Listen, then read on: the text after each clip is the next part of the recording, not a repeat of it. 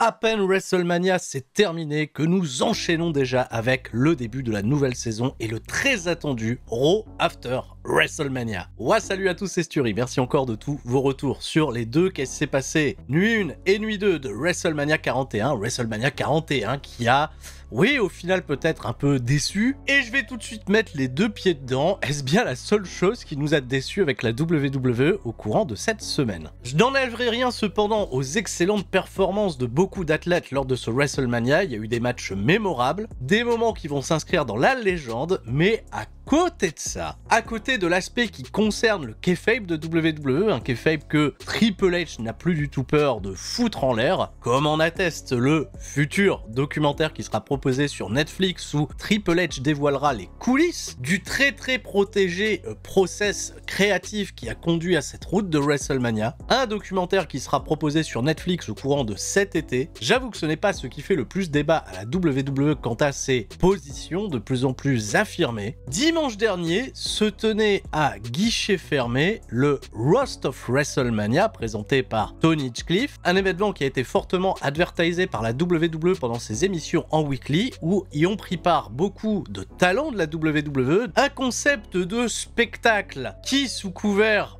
d'humour, a donné carte blanche aux personnes présentes pour se moquer de la profession, mais pas seulement de la profession, pour se moquer également de leurs collègues, pour se moquer de catcheurs qui ne sont même plus dans la compagnie, et quand je disais aussi leurs collègues, certains étaient présents et avaient de quoi rétorquer, certains au contraire n'étaient absolument pas là et n'avaient rien pour se défendre. Ce qui à la base devait être une soirée à caractère humoristique s'est rapidement transformé en règlement de compte et un prétexte pour pratiquer un humour particulièrement raciste, misogyne, homophobe, le tout avec l'aval en fin d'émission d'un Triple H qui est venu s'amuser avec tout le monde, un Pat McAfee hilar qui a énormément référencé ce fameux Roast of WrestleMania durant l'épisode de Monday Night Raw qu'on va chroniquer. Je vais être très sincère avec vous, cet événement a touché une partie de ma sensibilité que j'assume totalement. N'essayez même pas dans les commentaires d'essayer de défendre le concept ou autre. Je pense qu'on a été beaucoup trop loin lors de cette soirée. Une soirée qui certes était à caractère privé, aucune diffusion n'était permise de l'événement. Vous doutez bien que beaucoup de choses ont leaké, dont l'intégralité de ce triste spectacle qui se trouve facilement en ligne sur X. Et si au moment où j'enregistre, pour le moment, il n'y a aucune conséquence directe à cet événement, je pense que ça en décevra beaucoup. Je vous avoue que j'ai pas non plus la force de vous relayer tout ce qui s'y est passé, mais vraiment par souci d'honnêteté avec vous, je voulais en faire un disclaimer et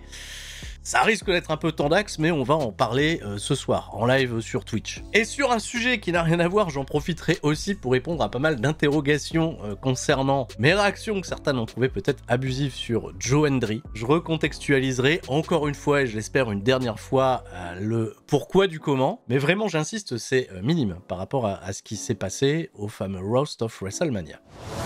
L'Euro après WrestleMania s'est tenu à Las Vegas, bien évidemment, dans la nuit du lundi 21 au mardi 22 avril 2025. Bien sûr, un gros clip qui va résumer tout ce qui s'est passé à WrestleMania. Des clips, on nous remontre, on va s'en manger plein. Et on accueille, sans plus tarder, celui qui est le désormais recordman des catcheurs les plus titrés dans l'histoire de la WWE, John Cena. Aucun sourire, aucune communion avec le public, beaucoup de feux d'artifice à son arrivée. Et à John Cena qui va tout de suite pointer du doigt l'annonceur du ring. Je me suis dit tiens, ça sera peut-être une petite référence à ce que lui avait dit Cody Rhodes. Est-ce que tu connais le nom de ce gars-là? Alors jamais il va lui dire je sais comment tu t'appelles ou autre, il va juste l'appeler et lui dire de refaire sa présentation étant donné qu'il est insatisfait. Il a marqué sur un petit papier exactement ce que l'annonceur devait dire. C'était un bon move pour se démarquer en tant que heel. Et Mark Nash s'est exécuté et a présenté John Cena comme le greatest of all time, déclarant John Cena comme le dernier champion du monde de la WWE. John Cena, il va entamer son discours en rappelant que ce sont uniquement les vainqueurs qui écrivent l'histoire, que les fans n'étaient absolument pas dignes de lui, et ce n'est pas parce que j'ai reçu des encouragements à WrestleMania que désormais je devrais faire abstraction de tout et vous pardonner. Ce n'est pas comme ça qu'une relation fonctionne. Même si John Cena se déclare être de bonne humeur, il dit au public d'aller en enfer, que c'est pas parce que c'est le roi après Mania et que vous vous sentez tout permis que vous allez pouvoir mettre cette promo hors de contrôle, et il a rappelé le gros ultimatum concernant son contrat en précisant rapidement qu'au début de cette tournée d'adieu, il ne lui restait que 36 dates. Il a commencé à énoncer toutes les dates auxquelles il avait pris part et a affiché définitivement ce chiffre de 27 dernières apparitions programmées pour la fin de l'année. Des apparitions qui nécessairement ne l'obligent pas à catcher, il peut juste être là, juste blablater comme il est en train de le faire. Et une fois que le nombre 27 atteindra 0, ça sera terminé, il sera le dernier vrai champion de la WWE et le meilleur espoir pour le public, c'est dommage, c'était que Cody Rhodes le batte à WrestleMania. Le truc, c'est que Cody Rhodes a échoué, qu'en plus de ça, le public a été une vraie girouette avec lui et se sont mis à le huer, vous huez votre seule chance de vous sauver. Cependant, avant de partir, je vais vous offrir un chouette moment, un vrai moment. Sortez vos téléphones portables, ne ratez pas ça, il a brandi son titre et a déclaré qu'il était le vrai dernier champion de la WWE avant d'être surpris par un Randy Orton qui le guettait en arrière et qui lui apportait un fracassant RKO au plus grand plaisir de la foule. Je pense qu'on passera par aucun match préliminaire. Randy Orton contre John Cena s'écrira tout seul pour le show Backlash qui se tiendra en plus de ça à Saint-Louis, Missouri, soit la ville de Randy Orton pour faire revivre un moment assez nostalgique, bien évidemment. Le Randy Orton John Cena était peut-être assez inévitable dans cette dernière année contractuelle de John Cena. Un excellent segment d'ouverture, une délivrée de John Cena très intéressante, un dénouement digne de ce qu'on attend d'un Raw après Mania pour lancer la nouvelle saison. Ça va, ça me régale.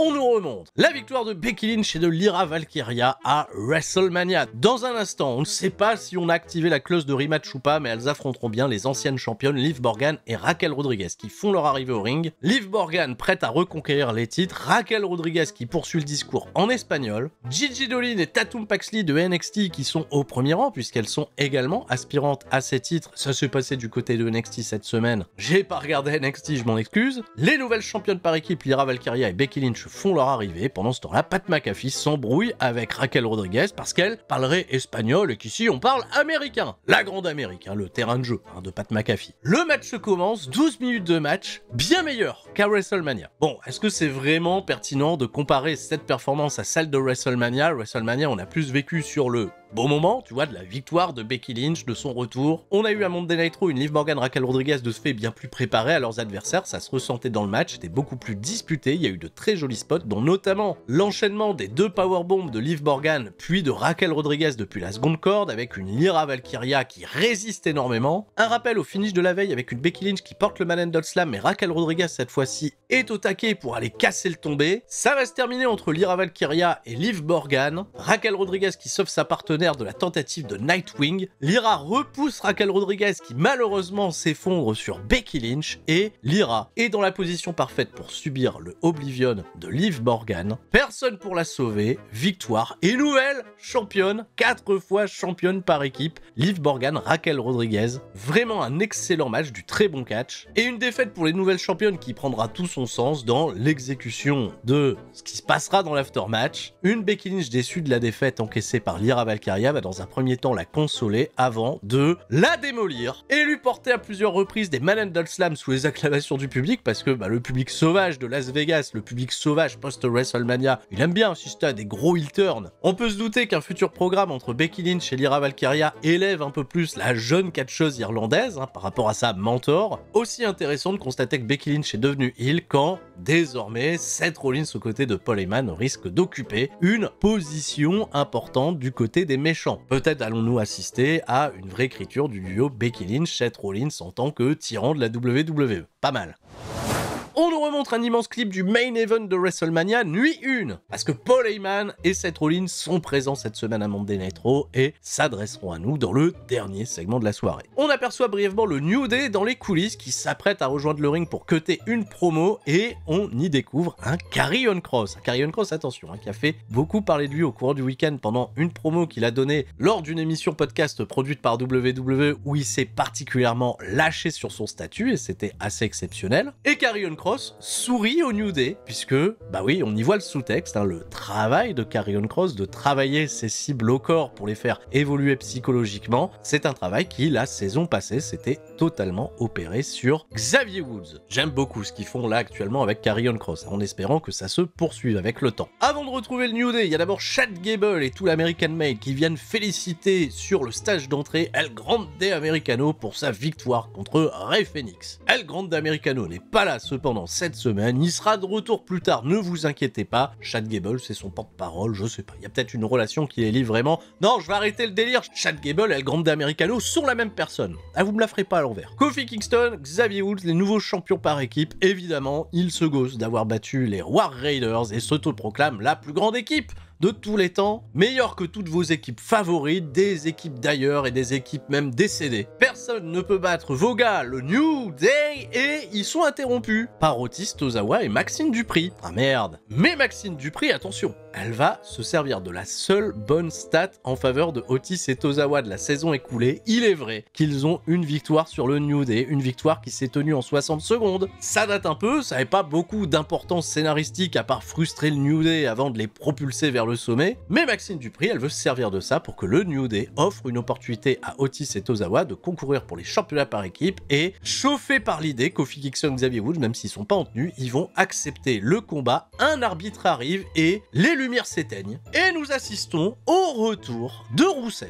On en parlait il y a quelques semaines, Rusev était à nouveau free agent après sa pige, pas des plus mémorables du côté de All Elite Wrestling. Il fait donc son retour à la WWE et est venu défoncer Akira Tozawa et Otis, parce que le New Day, ils se sont sauvés. Alors je pense pas que Rusev, il veut aller chercher les titres par équipe par tout seul, je pense que c'était juste une belle manière de les présenter, il fallait deux jobbers pour se faire défoncer.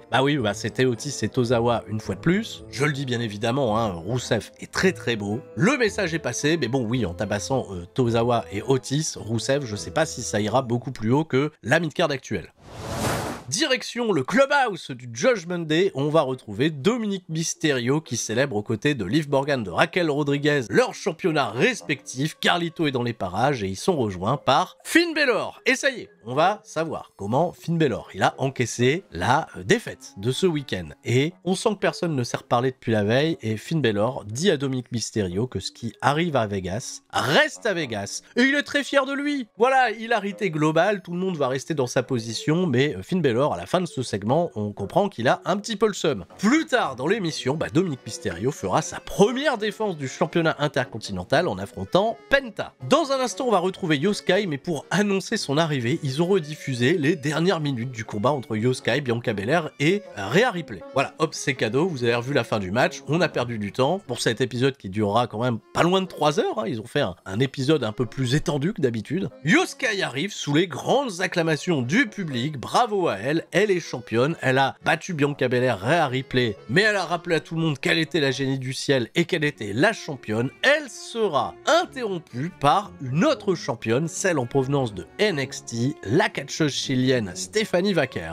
Grosse acclamation et c'est très rassurant parce qu'apparemment tout le monde sait qui elle est. Elle s'est présentée à Io Sky, a dit qu'elle l'a respectée, mais elle est la primera. Elle est là pour affronter les meilleurs et elle aimerait affronter Io Sky car elle se considère meilleure qu'elle. Elle parlera en espagnol, là bizarrement, ça n'a pas gêné Pat McAfee. Poussé par l'engouement du public, Io Sky, elle a semblé accepter, mais arrivé, celui qui a un petit peu tué le truc, c'est Adam Pearce, qui a certainement voulu mettre le haut là pour préserver cette affiche. Pas du tout, c'est l'Euro après Mania, alors on a joué les ascenseurs émotifs, Adam Pearce valide le match, aucun championnat en jeu, et ça démarre maintenant. Bon, c'était excellent. Une chimie qui s'est trouvée toute seule entre Stephanie Vaquer et Io Sky, il y a eu des combinaisons assez impressionnantes. Mon seul regret du match ne concernera pas le catch en lui-même, mais les réactions assez déplacées d'une partie du public qui s'est mis à siffler les lutteuses. Et pas siffler dans le genre les huées, non, les siffler en mode, c'est la première fois qu'on voit une femme de notre vie. De ce fait, je me rassure, il n'y a pas Booker T à la table des commentateurs, et bien sûr, Stephanie Vaquer, elle va utiliser ce move qui l'a beaucoup popularisé à NXT, qui est célébré par une partie du public par les chants Booker T. C'est dommage, j'ai l'impression que Stephanie Vaquer tout tourne autour de ça, alors que c'est une excellente catcheuse, quoi. On pourrait pas apprécier juste les gens pour leur catch. Et on leur a laissé du temps, 14 minutes, le suspense était en train de monter crescendo, mais on va protéger l'affiche. Intervention de Roxanne Perez qui est venue attaquer Io Sky. Disqualification, Roxanne Perez a eu un gros face-off avec Stephanie Vaquer, étant donné qu'elles sont adversaires pour l'épisode de NXT qui sera diffusé le lendemain. J'ai toujours pas vu NXT. Et histoire d'épauler Roxanne Perez et de faire un petit peu de publicité pour la 3e branche, Julia était également présente et s'est associée à Roxanne Perez pour attaquer Io Sky Sky et Stephanie Vaquer. Et qui est venu faire le save? La musique de Rhea Ripley. Alors Rhea Ripley, elle a chassé dans un premier temps Roxanne Perez. Il y a eu un gros face-off avec Julia. Assez intéressant hein, de tourner Julia Hill du côté de NXT parce que bah oui, c'est un peu comme ça hein, qu'elle s'est illustrée à l'époque du côté de Stardom en ayant des gens autour d'elle, en ayant une personnalité un peu plus agressive. On a senti le star power, mais Julia, Roxanne Perez ont battu en retraite, ce qui laissait dans le ring seulement Rhea Ripley et Io Sky. Et Rhea Ripley a remis la ceinture de championne à Io Sky. Même si ça a été respectueux, je pense qu'elle lui a bien fait comprendre qu'elle avait toujours des vues sur ce championnat. Un très bon segment qui a assuré aussi la communication pour l'épisode de NXT le lendemain, qui se tiendra lui aussi à Las Vegas hein, pour clôturer cette grande semaine de WrestleMania. Pour information, pas de Bianca Belair qui semblerait être blessée suite à WrestleMania après une blessure à la main. J'espère que ça la tiendra pas écartée des rings trop longtemps. On a aperçu après ça CM Punk qui se rendait à l'arène, la mine très basse, l'air très grave, et pendant la coupure publicité, on a eu un gros speech de Pat McAfee qui a remercié tous les gens pour avoir fait de cet événement un événement incroyable. Et cette promo de Pat McAfee, elle n'est pas arrivée sans raison puisqu'elle lui donnera un maximum de sympathie avant un autre événement qui se passera un peu plus tard. Après ça, on a un incroyable et magnifique promo package autour de Jey Uso. Ça a retracé toute une partie de sa carrière jusqu'au moment où il est devenu champion du monde. Il est véritablement protégé avec toute la machine derrière lui et on s'apprête à le voir venir communier avec le public. C'est parti, Jey Uso, immense accueil, ça y est, dans tous les sens, il se pose sur le ring, il marque un temps, les gens l'applaudissent, de ce fait on relance la musique, voilà, on perd du temps, c'est Jey Uso, bref, c'est une célébration. Jey Uso va commencer son discours en nous disant que le champion du monde était désormais dans ta ville, Yeet. Il voulait vivre ce moment depuis sa plus tendre enfance et ça y est, maintenant il est champion du monde. Ça a été un long parcours semé d'embûches, mais à WrestleMania, il a tout donné pour vaincre Gunther et le faire abandonner. Tout le public a chanté, il a abandonné. En parlant de Gunther, ça a été également assez repris par Pat McAfee et Michael Cole qui se sont un peu moqués de Gunther et ça aura son importance pour un peu plus tard. Jey Uso a fini par remercier tous les fans qui ont continué de croire en lui et il va être interrompu par la musique de Sami Zayn. Sami Zayn qui fait son retour à la WWE. 8 semaines sur le carreau pour vendre la grosse bagarre avec Kevin Owens. Il va marquer un temps en confrontant Jey Uso, lui faire un immense câlin, puis s'excuser de son absence de pas avoir été là dans cette route de WrestleMania pour l'épauler. Il va dire avec beaucoup de sincérité qu'il est très fier de Jey Uso, de ce qu'il a accompli. Et vu que c'est une soirée de célébration, eh bien célébrons. Voilà, on célèbre, eh ben on célèbre. Alors ça y est, ça célèbre, on est chacun monté d'un côté, on commence à yitter. Sami Zayn descend de son coin le premier, attend Jey Uso. Il y a un espèce de brouhaha ambiant qui commence à s'organiser parce que on se dit, il y a un turn, il y a quelque chose qui se passe, Sami Zayn il va devenir méchant. Pas du tout. Sami Zayn il célèbre encore un peu plus avec Jey Uso et arrive aussi Jimmy. De ce fait, tout le monde célèbre, ils font leur check un petit peu emblématique et on en restera là. C'était juste un beau moment de célébration où il s'est pas passé grand chose à part de la communion. Jey Uso entouré de Jimmy, de Sami Zayn, deux personnes qui ont été très importantes dans son ascension. Et si le segment pouvait paraître peut-être un peu décevant, j'ai trouvé qu'il y avait peut-être là une très bonne manière de justifier peut-être dans quelques semaines, quelques mois, l'absence de Roman Reigns pour célébrer aux côtés de Jey Uso. Un Roman Reigns, en plus de ça, est présent à Las Vegas. On en reparlera un petit peu plus tard. Sûr et certain, ils vont l'exploiter comme ça. On nous remonte des images de Logan Paul interviewé par Cathy Kelly post-WrestleMania. Tout s'est bien passé pour lui, il a pas grugé, il a gagné, c'est normal, c'est le meilleur, et tous ceux qui se confronteraient à lui deviendraient des potentielles victimes. Voilà, il est parti, il faisait la gueule, Logan Paul. Mais ça va nous permettre de faire un pont pour transitionner sur AJ Styles, qui lui est interviewé par Jackie Redmond. En effet, c'est une défaite très dure à encaisser. Mais AJ Styles vous rassure, il va passer à autre chose, redevenir plus fort, et il est interrompu par Karrion Kross. Et Karrion Kross, il va déclarer à AJ Styles qu'il ne se remettra pas de cette défaite. Pourquoi? Parce qu'il a refusé d'utiliser ce poids américain et qu'en perdant contre Logan Paul, il l'a tout simplement légitimé. Ça passe pas pour Karrion Kross. Alors AJ Styles, il s'énerve, il veut pas redevenir la personne qu'il était il y a un an, il arrivait même pas à se regarder dans le miroir, bon ça va, il était juste heel. Si Karrion Kross t'as vraiment un problème avec Logan Paul, charge-toi du problème toi-même, laisse-moi tranquille. Hop, AJ Styles s'est barré et Karrion Kross il a dit ouais peut-être que je m'en occuperai moi-même. Assez curieux de savoir où tout ça va nous mener et Karrion Kross qui ça y est commence à prendre de plus en plus d'importance scénaristiquement. Nouvelle coupure publicitaire, Austin Theory, Grayson Waller qui viennent revendiquer une position d'aspirant au titre par équipe. Ils ont écouté le petit discours du New Day et eux aussi, ils veulent pas être bafoués. On mérite, et ce qu'ils méritent surtout, c'est d'avoir l'interruption des War Raiders qui leur font peur. Voilà, ils font juste bout, les mecs se sauvent. Les War Raiders, ils sont pas contents, le New Day leur a volé les titres. Alors, ici, c'est Raw is War. Voilà.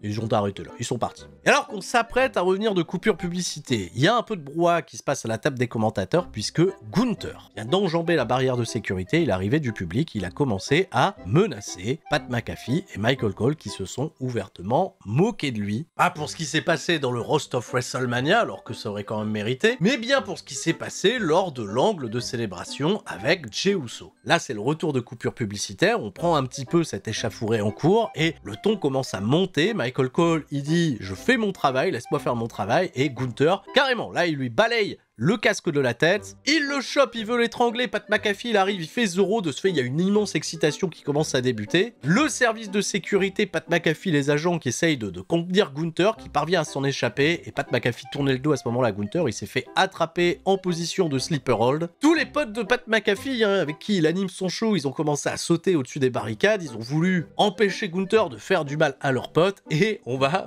laisser Gunther étrangler Pat McAfee pendant de longues secondes, et vraiment, j'insiste, ils ont énormément dramatisé le moment. Alors, ce qui est très très bien, c'est que ça reconstruit Gunther immédiatement après sa défaite contre Jey Uso. Il va paraître totalement incontrôlable en se moquant des conséquences. Et WWE, ils vont clôturer ce segment, alors qu'on revient à peine de coupure publicitaire, ils vont clôturer ce segment juste avec toutes les équipes des agents du staff médical qui viennent aux côtés de Pat McAfee, qui l'amènent jusqu'aux coulisses. Pat McAfee, il va repartir longuement, il va s'arrêter pour tousser, et tout l'escorte de Pat McAfee, ça va durer pendant 4 minutes, soit plus longtemps que le combat de Joe Hendry à WrestleMania. J'ai dit que j'arrête. Au retour de publicité, on nous remontre, vu ce qui s'est passé, attention, c'est aberrant. Là, on est backstage, il y a Pat McAfee, tous les agents autour, les potes de Pat McAfee, ils vont tous à l'infirmerie. Il va y avoir beaucoup de gens à l'infirmerie. Michael Cole qui est choqué, il y a Adam Pearce qui lui dit « Tu vas pas retourner travailler ?» Bah si, je vais certainement pas me laisser faire. Je vais reprendre mon poste parce que en tant que commentateur, j'ai le droit d'être un petit peu pris par mes émotions, j'ai le droit de dire ce que je pense, c'est pour l'importance de notre métier. Énorme pop pour Michael Cole quand il est revenu au ring, s'installer aux côtés de Joe Tacitor, qui avait pris le relais pendant un court instant. Et vraiment, jusqu'à la fin de l'émission, Michael Cole, il va être un peu en position de color commentateur, il va toujours y faire référence. Il va y avoir plein de clips, on nous remonte, vraiment, toucher à Pat McAfee, c'est toucher au symbole de la liberté des États-Unis. Bien, je ne sais pas où ce programme va nous conduire, mais je ne vous cache pas que j'ai un peu les genoux qui tremblent. Parce que je le rappelle, Gunther n'est pas américain.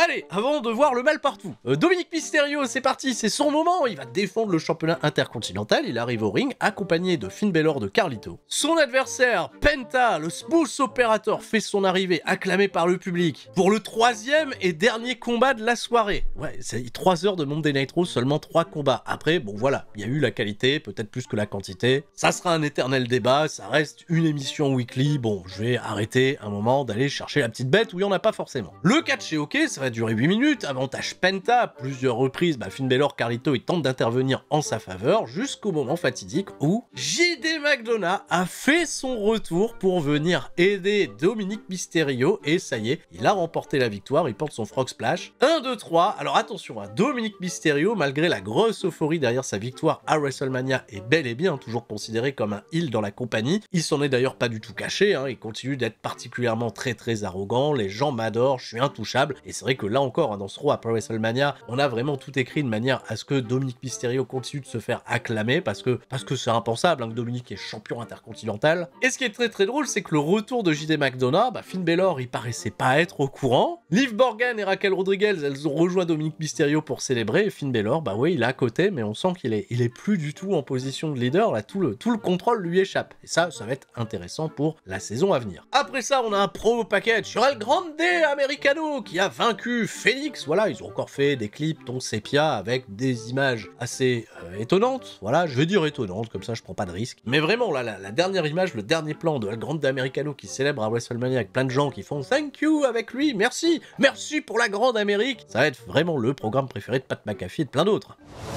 Mais pauvre Pat McAfee, je le rappelle, il est blessé. On nous remontre les images de Gunther qui l'attaque. Oui, quand je vous dis qu'ils en ont fait des caisses, ils en ont fait des caisses. Et enfin, on arrive au dernier segment de la soirée, peut-être la plus grosse réussite de cet épisode de Monday Nitro After Mania, qui a été bien reçu globalement, mais il y a eu des hauts et des bas dans cet épisode. Seth Rollins, accompagné par Paul Heyman. Longue entrée, les fans chantent le thème de Seth Rollins, visiblement ils aiment bien les méchants, alors est-ce que Seth Rollins c'est vraiment un méchant? Il s'adresse à nous de manière beaucoup plus lente, c'est plus du tout des non, c'est un Seth Rollins qui dit « Je suis un visionnaire, je suis un révolutionnaire, et j'ai gagné le main event de WrestleMania !» Bon, il l'a pas dit avec cette intonation-là, mais vous comprenez un petit peu l'esprit. Il a volé le wise man de Roman Reigns, il a pris le meilleur ami de CM Punk, Paul Heyman est donc bien à ses côtés, et tout de suite, on va pas perdre de temps, la musique de CM Punk. Et CM Punk, il est vraiment pas venu pour rigoler, il est en train de se border la main, ça veut dire que ça va être la bagarre, il rentre dans le ring, c'est la bagarre. Une bagarre qui tourne à l'avantage de CM Punk. Et Paul Heyman, bizarrement, il reste dans le coin, et il constate que Seth Rollins, le mec qu'il a pris avec lui, il était nul. Voilà, parce qu'il a perdu tout de suite la bagarre. Bon, il est nul, mais il est pas bête, parce que Paul Heyman, de ce fait, il attire CM Punk vers lui, qui avance tout doucement vers Paul Heyman, et là, tout de suite, pour faire monter l'excitation dans leur confrontation. Moi, j'aurais été CM Punk, j'aurais foncé sur Paul Heyman, je l'aurais défoncé. Ça laisse bien sûr le temps à Seth Rollins de revenir et de lui mettre les doigts dans les yeux pour derrière lui porter un stomp. Bon, Seth Rollins debout après ce segment, ok très bien. Et là, il nous envoie les petites informations comme quoi l'émission va se terminer. Ça se termine pas tout de suite cependant, parce que Paul Heyman va prendre le micro, va faire sa présentation habituelle qu'il faisait autrefois pour Lesnar, pour Roman Reigns, la nouvelle superstar incontestée, numéro 1 en titre, dans toute cette industrie, Seth freaking Rollins et la musique de Roman Reigns. Voilà Roman Reigns, qui lui aussi est un petit peu déter. Entrée de Roman Reigns, confrontation avec Seth Rollins, c'est immédiatement une grosse spire dans la face de Seth Rollins. Roman Reigns, il va se tourner lui aussi sur Paul Heyman, et par contre là, il va y aller en courant, il lui met un gros Superman Punch. Il enlève son t-shirt, il pose pour les fans, grosse excitation, et il guette le moment où Paul Heyman va se relever pour aller lui mettre une spire, parce que oui, Paul Heyman, lui, d'un Superman Punch, il va se relever plus vite que CM Punk qui vend depuis 2 heures le stomp qui s'est mangé de Seth Rollins. Et Roman Reigns, au moment d'aller découper Paul Heyman, il se fait intercepter par le Capuche Club. Bim, gigantesque spire sur Roman Reigns, et le Capuche Club, c'est nul autre que Bron Breakker. Et Bron Breakker face-off avec Seth Rollins, qui lui aussi vend pendant moins longtemps la spire de Roman Reigns que CM Punk, qui vend encore le stomp de Seth Rollins.